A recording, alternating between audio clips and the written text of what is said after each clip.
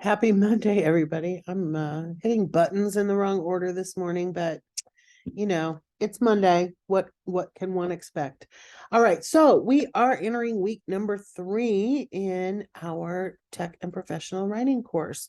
So as usual, I want to kick it off with some information that will help you complete your assignments this week. You turned in 2 things last week, and I will be getting you feedback on those later this week. The APA quiz, I've been kind of grading those as they've come in. The interest inventories, I've saved those up. So by the end of this week, you should have feedback on your interest inventory. And if there's anything special that you need to know about that, I will post something for you. But essentially, one of the things to keep in mind when I give feedback on your work, there's 2 things that you need to look at. Once a grade pops in your grade book, you want to look at both the rubric, of course, and you want to take a look at whatever I give you for feedback. Sometimes that will be written feedback, sometimes it will be audio feedback. So once that grade pops in, though, make sure that you check your feedback and your grade. And then if you have any questions, always send those to me in the inbox. All right, so let's take a look at the syllabus first, as usual. I know it's only 3 weeks in, but we've established a usual, I think. This is week 3, and we are going to be focusing on the ethical and legal obligations chapter in terms of what you're reading. And also a topic that many of you are fascinated by, and that is writing collaboratively and social media. So those are the chapters that you're going to read this week. And then for your assignments, you've got a discussion board on the social media stuff, and you've got an experience inventory, which you will notice sounds a little bit like the interest inventory, but from last week, but this is going to be less of your personal interests and experience and more of your official school work, that kind of experience. So we'll take a look at that when we get there. So that's what's due this week. We're going to go ahead and go to the module itself, and I'm going to turn on the student view so that it looks the way that you would want it to look. While we're in here, I'm going to show you something that I like to do. I'm actually, as some of you know, I don't know if I've mentioned it in the videos yet or not, but some of you know, I'm working on a graduate certificate in instructional design at UCF. So I myself am a current online student. And of course, having worked with Canvas for many years gives me a little bit of a benefit. But one of the things that I like to do in my courses that I'm taking and in my courses that I'm teaching is once a week is over. And by over for me, I mean, I've turned in the work.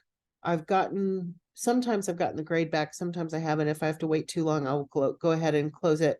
I can always reopen it. But one of the things that I always get a little peeved about is how much scrolling I have to do. And I know it's just laziness. But one of the things that's kind of cool in Canvas is once you have finished a week, if you want it to be smaller so you don't have to scroll past all that, you can actually click that little arrow. You don't have to do this, but like I said, I find it easier to have the ones that are over kind of look closed on this page. That way I know where I am. Just helps me keep oriented. So if that's something that helps you, feel free to use that little tip. All right, so ethics, legal issues, and social media. As usual, you will start with the learning materials and the activities. We've got the link to get to the readings, and you're going to read those 2 chapters. Other materials, we've got some video, of course, as usual, and then you are ready. Once you have read and viewed all of those, you're ready to tackle your assignments. So in this week's graded assignments, you've got the discussion board, social media strategies. In this discussion post, it's time to let your classmates and instructor know your thoughts on social media and how it affects our lives. And there's a little bit, a list here of things to include. So what social media platforms play an important role in our society? What role does social media play in your own life?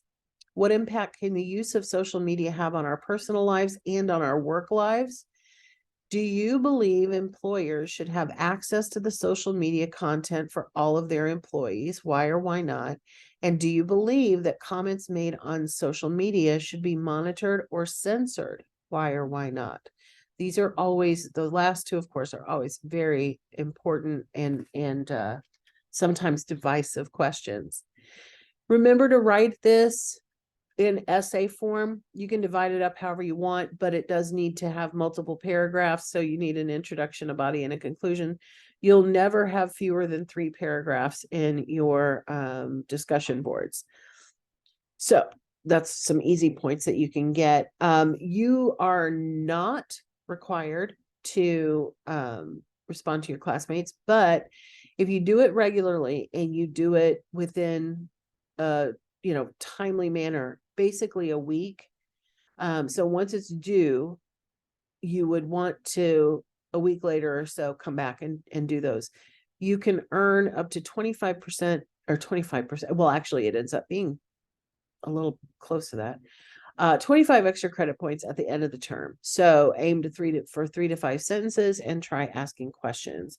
So this is our first like non-introduction type discussion board. So those are kind of the reminders that you'll see throughout the rest of the term. So write us an essay about social media, essentially. All right. And I would do it after you've read about it. So again, the graded items really should be done after the readings and you view the videos and things like that.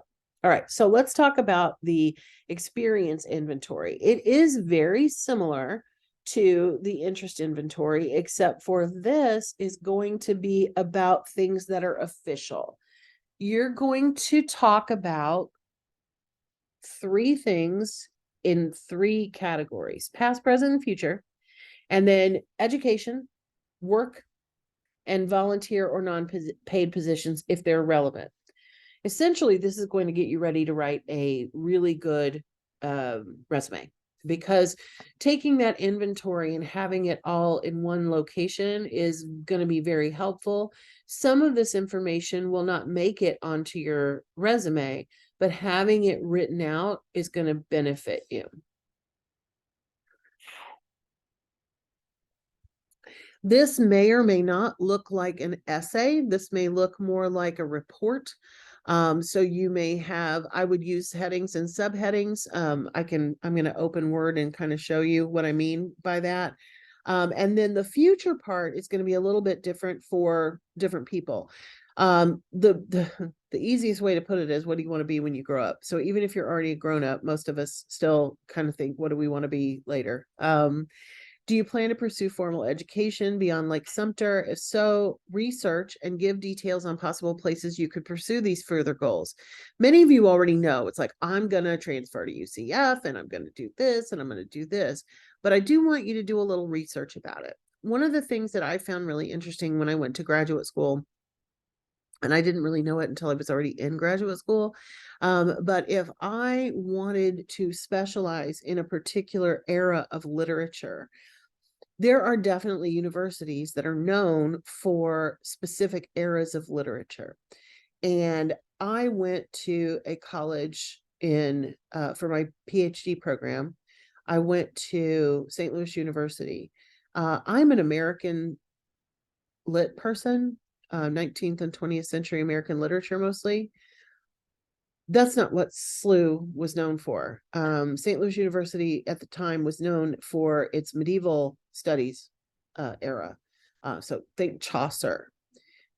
So if I had really wanted to pursue a high level, scholarly, research-oriented tenure track position at a university, I did not choose the right university from which to earn a PhD. Now, it wouldn't have been useless. It would have been fine. And my American Lit people were fabulous. I had great professors at SLU, but that's not what the school was known for. So one of the things that's interesting is that really at all levels, there are certain schools that are known for strong programs in X, Y, or Z. So it's really some research that you should be doing. If you think you want to study a certain kind of engineering, for example, there are going to be schools that have stronger programs than others in that. So I want you to be thinking about that. And I want you to do that research, even if you do exactly what you know you were going to do. You were going to transfer to UCF, you're going to, whatever the case may be. But I want you to do some of that thinking and some of that research. So research potential educational institutions. If not, research how you would continue to develop as a professional while in the work world. So if you don't plan on pursuing advanced degrees, that's certainly fine, but then you can focus your research on the work world. Specifically, you can look for things that organizations that you can join, specific journals or trade publications you should read, even conferences that are in your area of interest. So imagine that you have now completed your education and are ready to pursue employment in the field. Now I want you to research some employers for which you would like to work. And of course, if those of you who want to run your own business, that's certainly an option as well. So you can research that, but I want you to research some employers in your field, include locations, requirements, benefits, salary information, etc.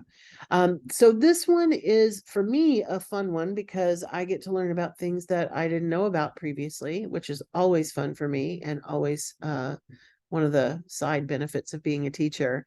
As I mentioned, you are able to create this document. Really, it is an APA document, so you should have a cover page and you should have all those normal trappings of a Word document, but you can have some additional things like headings and subheadings, visuals, things of that nature.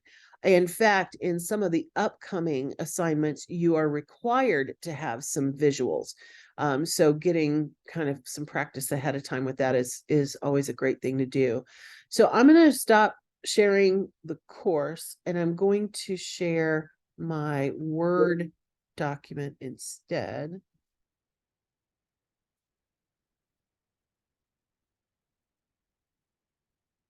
All right, so in Microsoft Word, of course, Word does have some templates for things that you can use, but I also want you to kind of get in the practice of just practice with it. Honestly, that's how I learned to use Microsoft Word. Once I finally had Word, oh, what? Come back. Once I finally had Word in my house, need that one. We need that one. Okay. Once I had Word in my household and I could really kind of dig in and just practice, I learned a lot more about Word than I ever thought I would learn. But so we are creating, of course, an APA document. So we are going to, I'm going to use just the default font because it's a lot easier than making changes.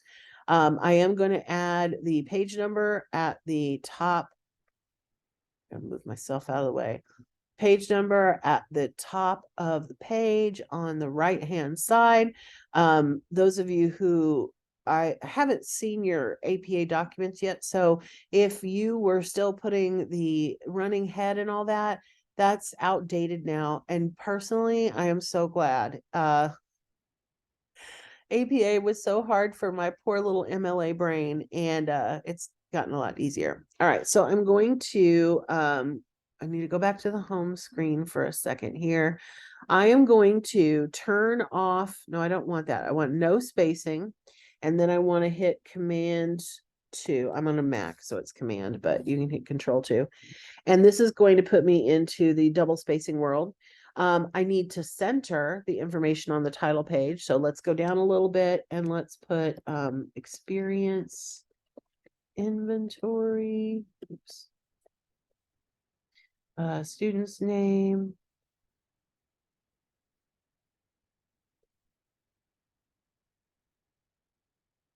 And then I forget all the order. I'm going to pull up a cheat sheet so I can remember how to do it. APA has changed fairly recently. So has MLA. They're all the time doing crazy changes to the formatting. It's not a a national emergency if you get something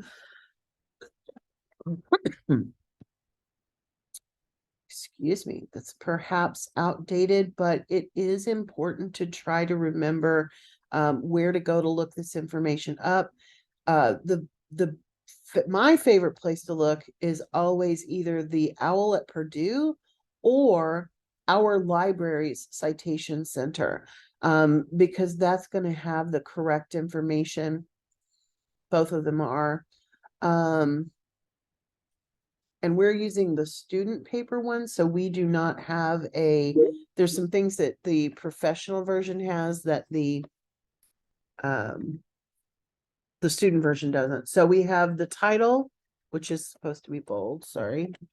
And then we have, okay, so then it's student, and then we have Department of English,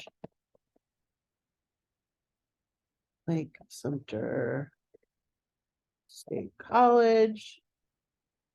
We have ENC 2210 technical and professional writing.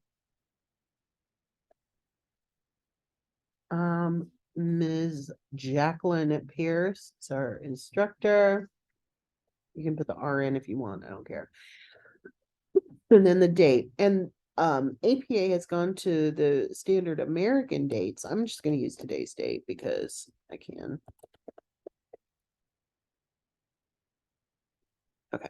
The other thing that I notice in the template is that this is more than just double space. So having a little extra space up there is fine.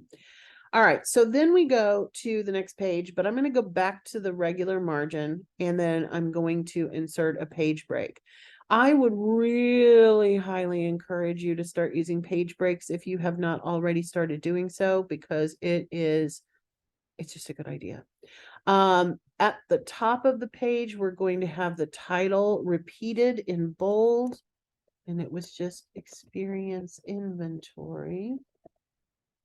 And then I would probably write a little bit of an introduction. I'm not going to write anything else because my brain is not working. It's Monday morning. So there's my I'd have a little introduction, little blurb, whatever. And then you would get into the divisions. So I would like you to practice using the formatting that's already set up for you. So in Word, you're going to have this drop-down menu on the home screen, and you're going to be probably using at least heading 1 and heading 2. You can use all these other ones, but honestly, these are the ones that are going to you're going to need. You may go past 2, you may have other subheadings, but let's do heading 1 first. And the first section that we need is our past. And the first section under that, so we're going to do heading 2, is educational history. All right, now I'm going to show you a little trick. I'm going to go all the way back because I love the name of my elementary school. It's the only reason I'm going all the way back this far. I went to Laura Ingalls Wilder Elementary School. It was in Springfield, Missouri. And I went there from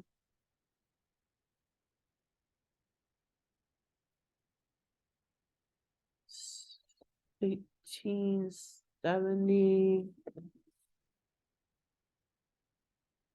73. I can't think. Oops, that's a lot of numbers. To 1980, I believe. I don't know. Anyway, we're making it up. And I'm gonna this was my elementary school. One of the things that I had when I went to school at that time, I was involved in the Wings gifted program. And I also was in Campfire Girls. Now, your elementary activities are probably not that important, but I just want to show you how to get this set up properly. And then you can include your high school and any college that you have on here. You can go back further than that if you really want to. I mean, you're not going to include your elementary school or your high school for that matter on a resume, but you may pull some of the skills and interests from your high school career. Let's say you were in theater, or let's say you were in student government. You may pull some of those skills that you honed there and include in your resume. So that's why I want you to kind of have this record, even though some of it you would never use on a resume. And so that would be the first one. And then I'm just going to put a little bit about my high school so that we have a couple here. You can start with high school, like I said, and include both high school and what you are doing at Lake Sumter. Okay, make sure you do include Lake Sumter as well. So let's say that was also in Springfield, Missouri, and I attended from 1982. I know you're figuring out exactly how old I am, and it's really scary, but it's harder to make up numbers. So we're just going to go with the truth. And I graduated in 1986, graduated with honors. I was in student government. Probably should capitalize that. I was in National Honor Society. And is there anything else? Well, I did do band and orchestra, so we'll put that in there. You can record as much or as little as you want, but again, one of the things that this is going to be used for down the road is to say, okay, well, leadership. Well, I served in student government and I served in National Honor Society. I was actually president of National Honor Society. So I could use that information down the road. Even if I am not doing a full-blown section of this in my resume, I would still be able to use those skills in either my cover letter or on my resume. All right, so I wanted to show you this because I want to show you a quick trick that I absolutely love. So I don't want this to all just be like bleh, written out here. I want this to be spread across the page. This is going to help you when it comes time to do a resume as well. So I'm going to take these first 3 lines and I'm going to go to layout. And I want to create 3 columns of this information. Excuse me. Now, I'm going to do the same thing with this. So I'm going to take these top 3 and I'm going to create columns. And I want all these to line up. Now, they look pretty lined up. I mean, because, it's kind of makes sense. I don't know why I have a blank space here, though. No. There we go. So what I want to do is I'm going to take this one and I'll have to go back to the home screen, but I want it centered. And I'm going to take this one and I'm going to put it on the other margin. I don't know if this really centered. It did not. There we go. The reason you want to do this is because it's going to use up the whole page, number one, and it's going to look very professional. Oh, I wanted this to say high school.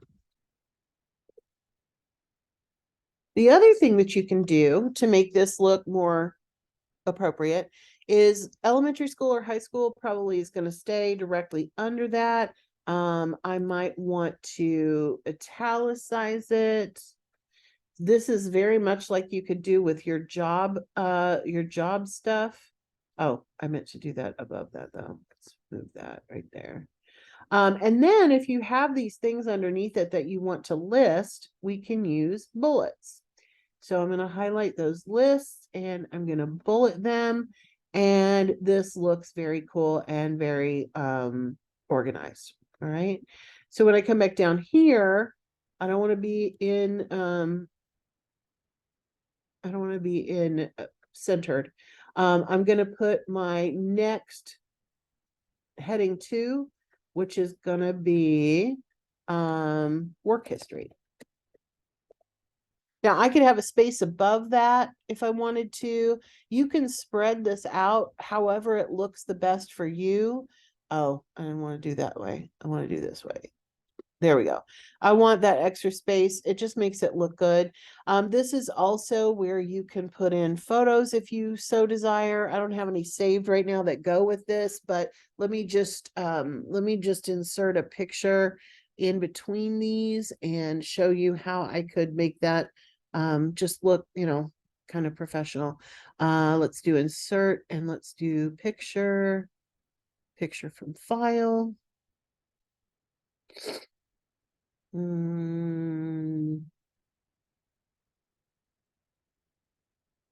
We'll just use a random photo of a cake. There you go. This photo is way too big. It's gross. So I would shrink this. Oh, come on, go down. And this is going to be called a figure. So directly below this, we're going to put, and it's going to be in italics, figure 1, cake alert, whatever. If this were a picture that I downloaded from the internet, I would also have the citation for it. Now, this is my own photo, so I don't need a citation. But this is what your document is going to look like. And you'll have a cover page, and then you'll have your experience inventory. Anything that's written in just text form, like an introduction or a discussion of something, you would want to have double spaced. And then the rest of it, you're going to use more of this kind of resume style, for lack of a better word. And I would, like I said, encourage you to make sure that you are using the headings, because it's going to be good practice. You're going to be using it down the line. If you really wanted to, on this page, you could even use the title one, but title does weird things to it. I don't like the way they code titles. The other thing that you can do, if you don't like this style, is we can change the design. So it's currently set for this one, but if I click to this, notice how it updates all the design for me. So you can fiddle around with what you think looks good. You can do this however you want. I want you to make it look professional, but I also want you to get some practice making things look good in those kinds of contexts. So you don't want to just have a plain list of everything that you've ever done without any formatting. You want to have some good stuff here. You can get super fancy when you're including photos. You can have them be kind of interwoven into the text. If, let's say, I wanted a photo up here by my stuff, let me go back to the insert menu and do picture.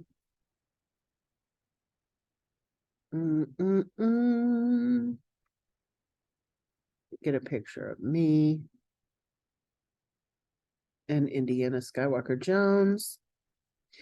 I'm going to make this much smaller.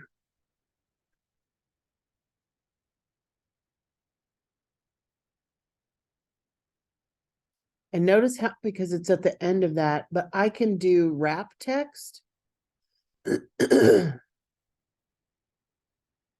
where it puts it around it. I can do top and bottom. I can make all kinds of fun changes here. The text could go right through it. I could put it right in the middle. I could put it on the side, et cetera, et cetera. So play around with it a little bit, which is, of course, a good reason to do your assignments well in advance so that you don't get stuck with, not having the thing. And I believe, let me double check this, but I believe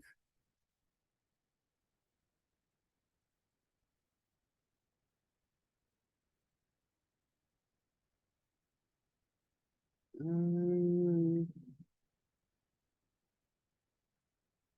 do insert caption. There we go. This is how you would want it to insert the caption for you. And this is probably a better idea. JP and Indiana Skywalker Jones. We're just going to call it that. If you had to have a citation, you could do that. And then this, let's change this and have it do it the right way. Insert the caption, figure 2, cake alert.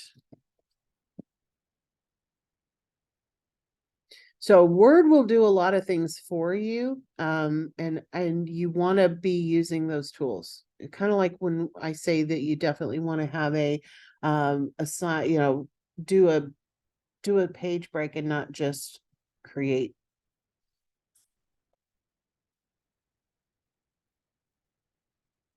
All right, so I'm going to save this document and I am going to include it in this week's announcement so that you have access to it. So you can feel free to use it as a sort of starting place, or just to look at to remind you of what we did. All right. So if you have any questions, you have any technical problems, let me know. But let's get to reporting, and this will be your first really more technical and professional document in technical and professional writing. Everybody take care. Have a great week 3.